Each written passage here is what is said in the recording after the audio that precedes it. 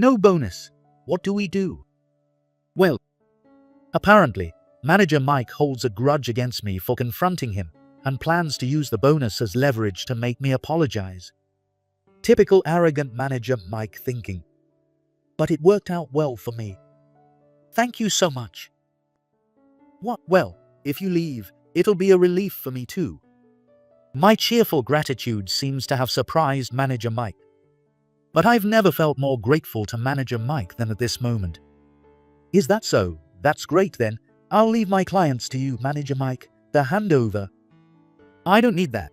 You probably didn't do much anyway. Just get out quickly. Got it. It would be helpful if you could submit this resignation letter for me. Goodbye. I gave a courteous farewell to Manager Mike and happily resigned. He couldn't have imagined what would happen next. I am David Moore, 45 years old. I live at home with my wife and 2 children while working at Anderson Electric, a power company. I'm in the sales department, but now the manager is in complete chaos. The reason is that the sales department is overwhelmed with constantly ringing phones. Sadly, all the calls are complaints. We're very sorry. We are currently checking the situation. We will refund the overcharged fees at a later date. The reason for the flood of complaint calls to Anderson Electric is that the billing amounts on last month's statements were completely swapped with those of other people or companies. Moreover, the fees had already been withdrawn, causing great confusion. Thus, the phones kept ringing for responses. How did this happen? Because of the financial issues, we frequently receive anger and sarcastic remarks from clients. An exhausted employee, overwhelmed by such days, mumbled quietly after finishing a call. The root cause of these numerous complaints was Manager Mike, who was newly appointed to the sales department this year. The sales department has too much work. It's already busy, and now we have to handle so many manual tasks. Nowadays, such work should be entrusted to systems or AI. Manager Mike aimed to simplify sales administration and forcefully introduced a management system sold by a small company called K Systems. Other executives were reluctant, unsure if it was reliable, but Manager Mike pushed through, citing the fact that the sales department was busy and had overtime. Sure enough, the K Systems system had numerous glitches. With the chaos of the new fiscal year added to the mix, the invoice contents became a mess, leading to great confusion. It would have been better if Manager Mike reported the issue to the president after the system was implemented. But he hid the system's glitches until the very end. As a result, the situation came to light through this storm of complaints, the worst-case scenario. Manager Mike seems to be in contact with K Systems, but it's our company that has to handle the complaints. Even if they pay for damages and penalties, it doesn't reduce our burden. Manager, please help with the calls. I'm busy communicating with K Systems. While we were desperately handling the complaints, Manager Mike kept making excuses to avoid phone duty himself. The reason such a pathetic manager was appointed was that he, for some reason, had good sales performance. I don't know what tricks he used, but since he delivered results in numbers, we couldn't complain. However, since Manager Mike was constantly avoiding unpleasant tasks, I finally lost my patience and confronted him. Manager, enough is enough. Don't you see that the employees are desperately handling the calls? I'm busy. I have lots of work that you ordinary employees can't even imagine. That's a poor excuse. This is all because you forcefully implemented a dubious system, right? What the? Manager Mike and I glared at each other, the tension thick in the air. That's when President Anderson of Anderson Electric arrived. Stop fighting. President Anderson, who has managed this company for about 20 years, has a certain level of authority. We instantly fell silent and held our breath. You understand this is not the time for arguments, right? Yes. If you have any complaints, come to my office later. I'll listen. With President Anderson saying that, we had no choice but to stay quiet. I had plenty of complaints, but we backed down. The dispute seemed resolved, but I underestimated Manager Mike's persistence. As the storm of complaints continued, by the end of June, a month after the incident, we were still dealing with complaints and refunds. With overtime continuing, my gaunt face upon returning home worried my wife and sons. Amid these exhausting days, the only thing I looked forward to was the bonus that was supposed to be paid along with this month's salary. Then, the day before the bonus, after returning from apologizing to clients, I found a resignation letter on my desk. Of course, I had no memory of writing a resignation letter. I was shocked, wondering what was going on. It means exactly what it says. Noticing my return, Manager Mike approached. Judging by his attitude, it seemed that he had prepared the resignation letter. Implicitly, he was telling me to quit before receiving the bonus. I never thought he would retaliate in this way over our previous argument. Seeing me standing there in shock, Manager Mike spoke. "No bonus. What do we do?" "Well, if you kneel and apologize for insulting me back then, I might consider it." He held a grudge against me for confronting him and planned to use the bonus as leverage to make me apologize. It's just the kind of thing arrogant Manager Mike would think of. But for me, it was rather convenient. I had already been thinking about resigning for a certain reason. However, in a busy workplace like ours, offering to resign would cause a lot of friction. So, if my boss was pushing me to quit, it was the perfect excuse. "Thank you very much." "What? Well, if you're leaving, that'll be a relief for me too." My cheerful gratitude seemed to surprise Manager Mike. But I've never felt more grateful to Manager Mike than at this moment. "Is that so? That's great then. I'll leave my clients to you, Manager Mike. The handover." "I don't need that. You probably didn't do much anyway. Just get out quickly." "Understood. It would be helpful if you could submit this resignation letter for me. Goodbye." I gave a courteous farewell to Manager Mike and happily resigned. After resigning from Anderson Electric and returning home, I explained the situation to my wife. When she heard that I had resigned, my wife seemed rather relieved. "I see, you've been having a tough time lately." For the past few months, I had been complaining about handling complaints and Manager Mike's unreliability every time I came home. She was glad that I was finally freed from those busy days. "Yeah, but don't worry, I have a job lined up. I was planning to resign at some point anyway." "Is that so? I understand. If you have any worries, feel free to talk to me about anything." "Thank you." Although it meant a temporary loss of income, she accepted the situation once I explained it. I didn't want my son to know that I had resigned. Therefore, I planned to move quickly to find a new job and explain why I was at home if he questioned it. After explaining to my wife, I contacted the job lead and got their approval. Then, the day after my resignation, I spent the morning relaxing in bed. I wanted to take it easy for at least a day after finally being freed from handling complaints. Suddenly, my phone started ringing. When I saw the name on the display, it was Manager Mike. I thought there was nothing left to discuss with him, so I ignored the call. However, the phone kept ringing over and over again. If it were a call from President Anderson, I couldn't just ignore it. With that in mind, I didn't turn off my phone, but continued to ignore the calls initially. But the phone wouldn't stop ringing. Realizing I couldn't leave it like this, I decided to answer. "Hello." "Hey, what the hell is going on, David?" Manager Mike, speaking rapidly on the other end, sounded quite desperate. "What do you mean? What's going on with your clients?" Apparently, as I requested, Manager Mike took over my clients.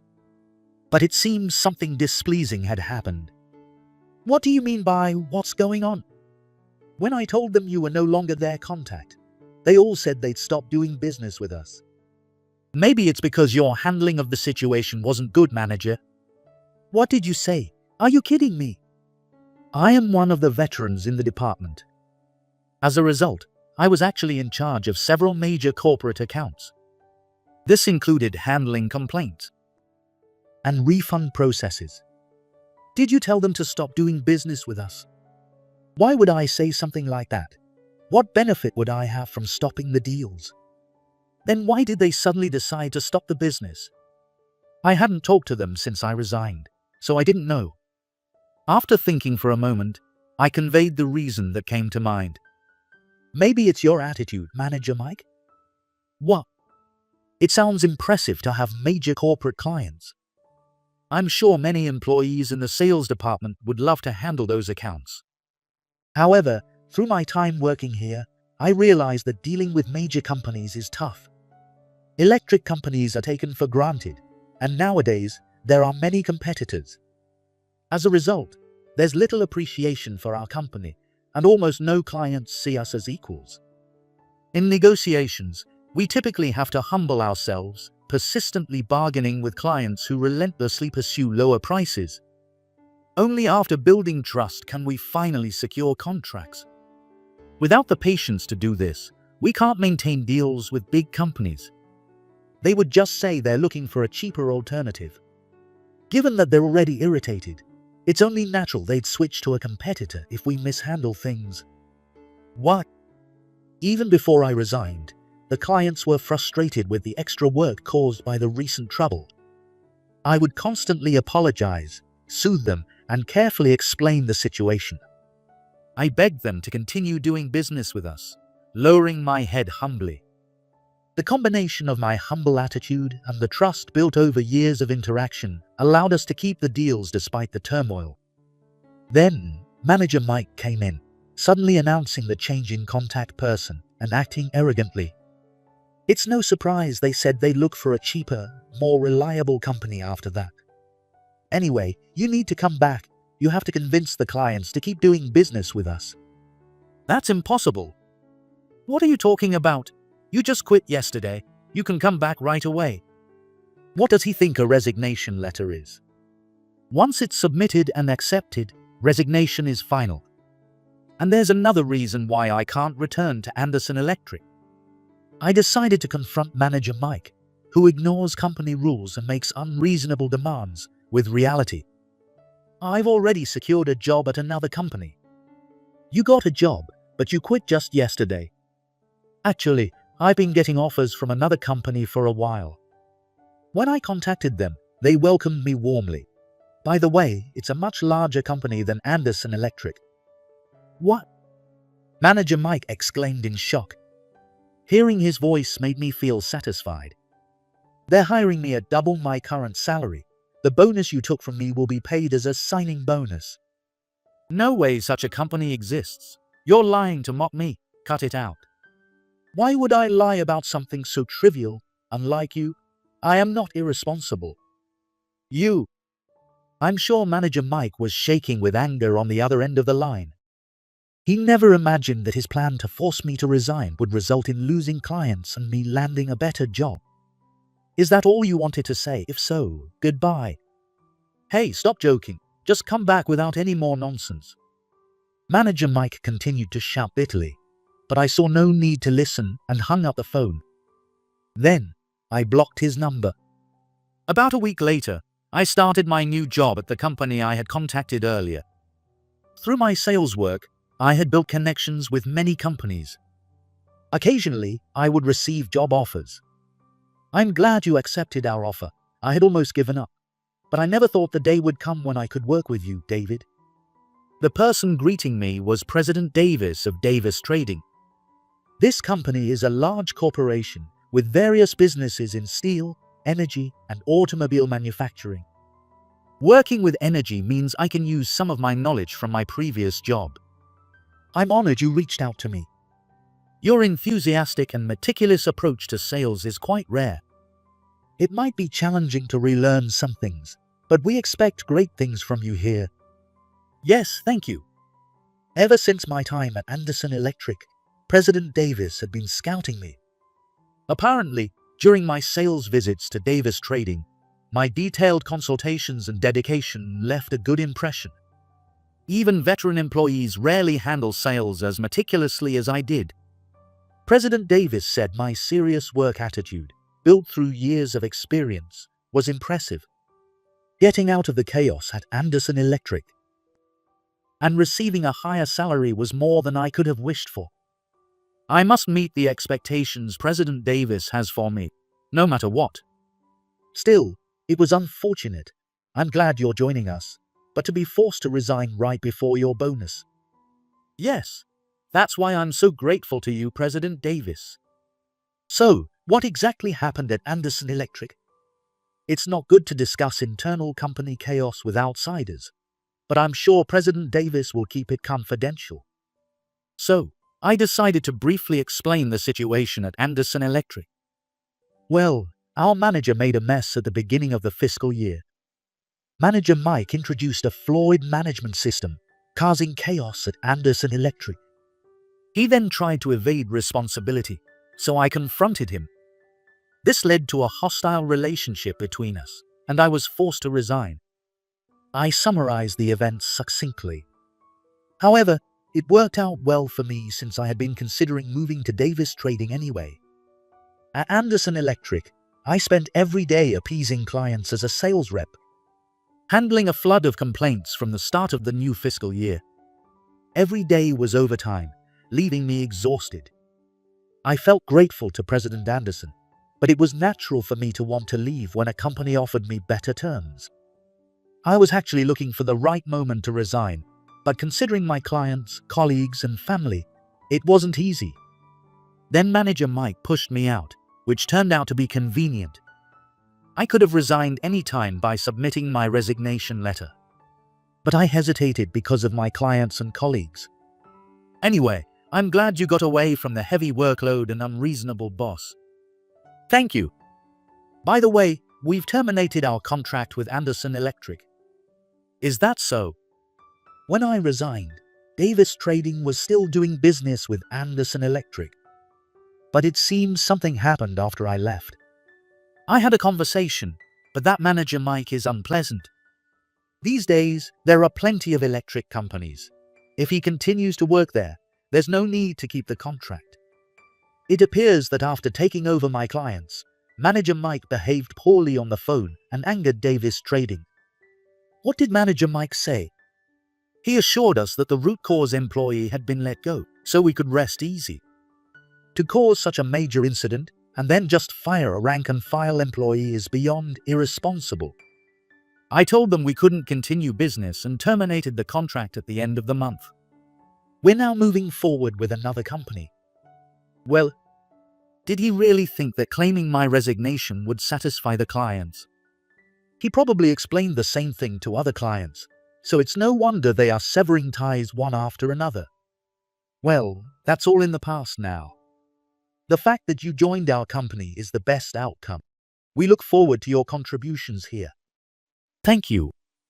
With President Davis around, I won't have to worry about unreasonable bosses anymore. I was determined to do my best at this company to meet the generous terms and expectations given to me. I hoped to return to a peaceful routine, but that was not to be. A week after starting at Davis Trading, I was summoned by Anderson Electric. Since I had already resigned, I had no obligation to go.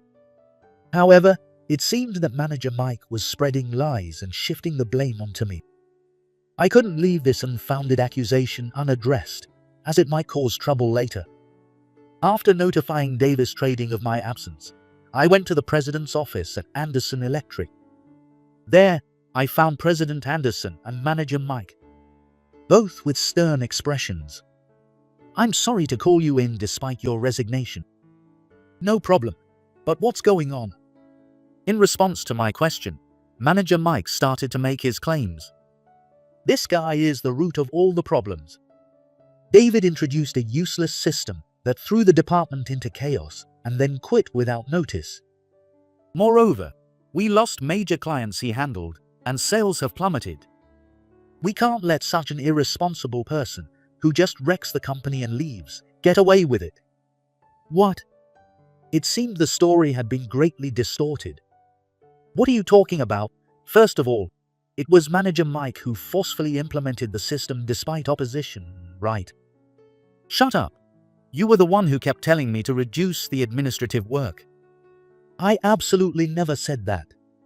What Manager Mike is claiming is his own opinion, not mine. I cannot accept being blamed for the implementation of the system. Does he intend to place all the responsibility for this fiasco on me? Moreover, I didn't resign voluntarily. Manager Mike forced me to quit right before the bonus by presenting me with a resignation letter, didn't he? There's no way I'd let an employee go during such a busy time. Besides, you must have told our clients to cut ties with us out of spite. What benefit would I have in going around telling clients to cut ties after I resigned? Especially when we've already caused them enough trouble with this mess. I could never be that rude. Manager Mike laughed derisively. I know you've already got a job at another company, right? You took all the clients with you since it's a competitor, didn't you? Unfortunately for you, my new job is not in the electric industry. Some of my knowledge might be useful, but I can't continue any contracts on my own. Thinking he had found a good excuse, Manager Mike clicked his tongue. Anyway, because he quit without notice, we've had to apologize to the clients repeatedly, and we're losing contracts left and right. Say something, President. I was merely caught up in this mess. The resignation letter was forced on me by Manager Mike, and I haven't said anything to our clients. President Anderson, you know it was Manager Mike who forcefully implemented the system and then tried to cover up the situation, making it worse. Both of you are telling different stories. President Anderson seemed unsure of how to judge our conflicting accounts. How could I convince him that I was innocent and a victim? As I was thinking, I heard the sound of heavy footsteps approaching. I didn't recall any employees at Anderson Electric with such heavy footsteps. Who could it be? Sorry, but you can't come in without an appointment. I need to talk, so excuse me. President Davis. Ignoring the protesting employee, President Davis entered the office. He must have heard that I was absent because I had to come to Anderson Electric. Still as bold as ever, President Davis.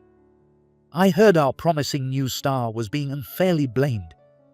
I didn't intend to involve him, but I felt grateful for his support, both for hiring me and for coming here. It also seemed that President Davis and President Anderson were on familiar terms. Seeing this, I asked, do you know each other? We've been pushing each other to improve since we started our companies. That's right. Since the beginning, I've managed my company steadily, while he has boldly taken on various ventures. That's how Davis Trading grew. I admire his business acumen and sense for opportunities. Both President Davis and President Anderson are around 60 years old. With their similar ages and shared ambition as entrepreneurs, they probably bonded and competed to grow their companies since their founding. I've heard from David. He said that Manager Mike forced him to resign before he could receive his bonus. That's just something David is saying. I never forced him to resign. Don't blame me without knowing the situation. President Davis responded to Manager Mike, who was hastily trying to cover his tracks. I've done business with David many times and know his integrity. That's why I wanted him to join our company. I can't believe someone like him would resign voluntarily, leaving his clients and colleagues in the lurch during a busy time. That's just your impression. Manager Mike desperately tried to evade responsibility. President Davis glared at him and pressed further. Moreover, didn't we have a phone conversation? What are you talking about?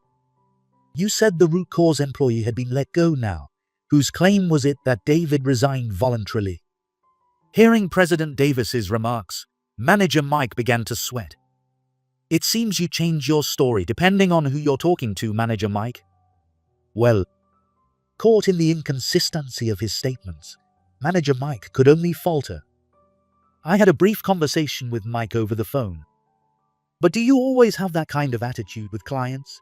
Maybe you should take a refresher course on phone etiquette.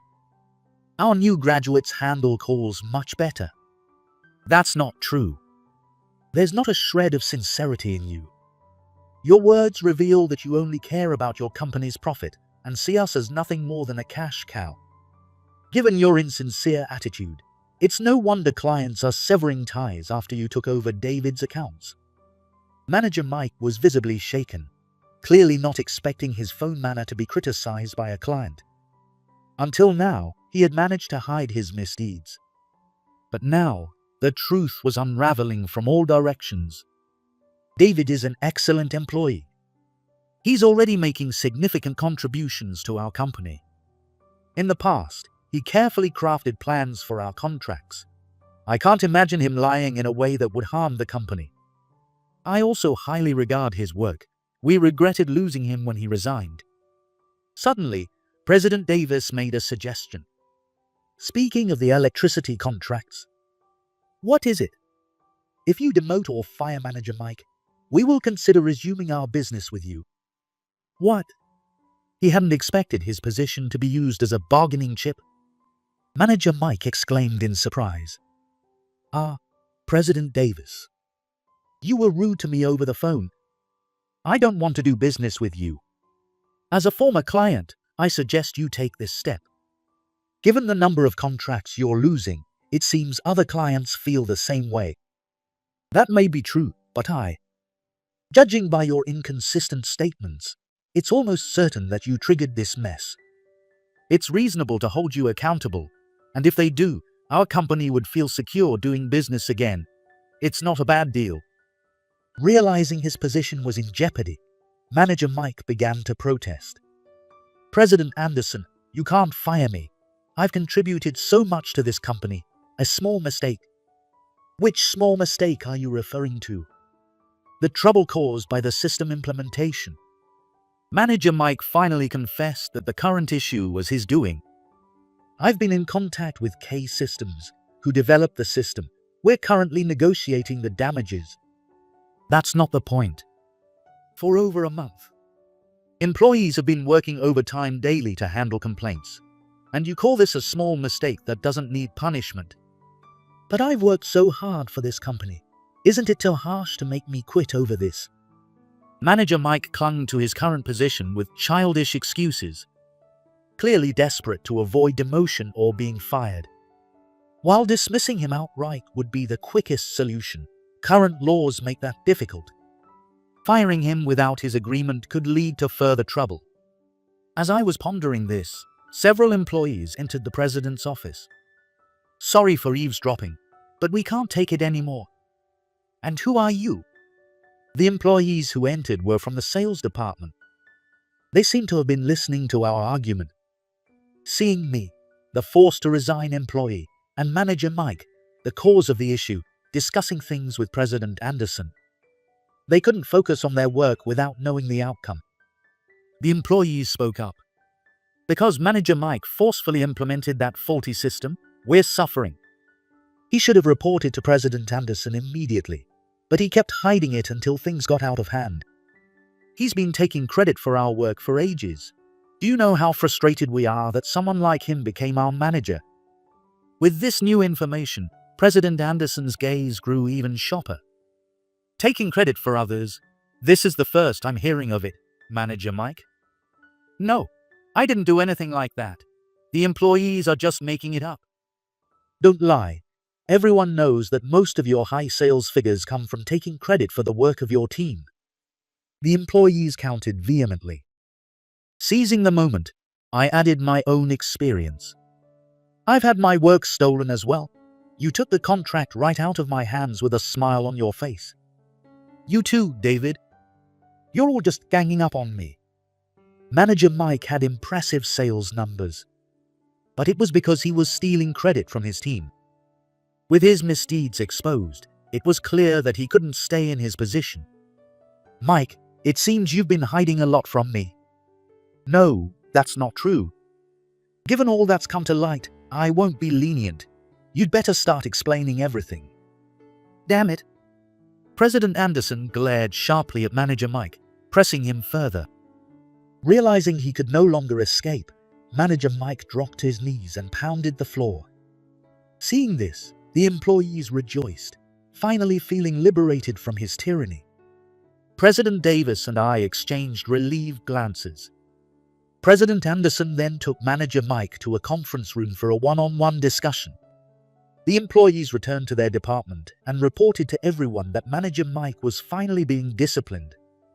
The team celebrated their release from his irresponsibility. President Davis returned to Davis Trading, and since I had already reported my absence, I went home to relax. I felt immense relief knowing I was finally free from the troubles caused by Manager Mike. In conclusion, Manager Mike, or rather Mike, was terminated. He confessed to all his misdeeds, including taking credit for others' work, his arrogant attitude towards both the team and clients, and the implementation of the faulty system. Additionally, it was discovered that he had received kickbacks related to the system's outsourcing fees.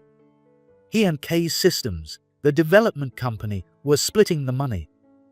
The employees of Anderson Electric finally understood why they had been dealing with such an obscure, small company. Mike was terminated and charged with embezzlement. It seems he used the embezzled money to pay off debts he already had. Since he couldn't return the stolen funds, he was sentenced to 5 years in prison. Being single, there was no one to pity his sentence. Even after he is released, he will likely lead a miserable life. At K Systems, they acknowledged their involvement in the kickback scheme and returned the embezzled funds. As a result, they avoided criminal charges, but it appears they have been involved in other illegal activities. With police investigations underway, they will likely face charges for other crimes. By mid-July, the storm of complaints finally began to subside. I discussed the situation at Anderson Electric with my wife. Is Anderson Electric going to be okay? Yes, about 80% of the clients stayed. The sales department employees maintained their courteous attitude and worked hard. Considering the scale of the incident, that's more than enough. I see, we lost some things, but it's good that it ended on a positive note. It would have left a bad taste if Anderson Electric had been seriously affected. In this case, the employees' careful responses helped prevent the worst-case scenario of losing all the contracts. Their attitude likely stemmed from working under President Anderson's steady management. I told my sons that I changed jobs, but they didn't seem too worried, which was a relief. Later, I went out for drinks with President Anderson and President Davis to celebrate the resolution of the situation. David, don't you want to come back to Anderson Electric? He's going to be working at our company from now on. I was asking David. President Anderson looked exasperated. It seemed President Davis had taken quite a liking to me. His willingness to offer me such favorable terms was likely due to my past dedication and integrity in sales. Going back and forth wouldn't be very professional. I plan to do my best at Davis Trading. I see. President Anderson, I thought you put up more of a fight. My failure to see through Manager Mike's credit stealing caused this situation. It's my fault, so I'll accept this as my punishment. President Anderson looked at me. But when our companies do business, you'll be handling our account, right? Yes, that's what President Davis told me. I see then. I'll be counting on you from now on. Likewise, thank you. I didn't return to Anderson Electric. But the business relationship between Anderson Electric and Davis Trading was successfully resumed. I became the bridge between the two companies. While my employer changed, my role in sales remained largely the same. I intend to continue valuing integrity and carrying out my sales duties with dedication.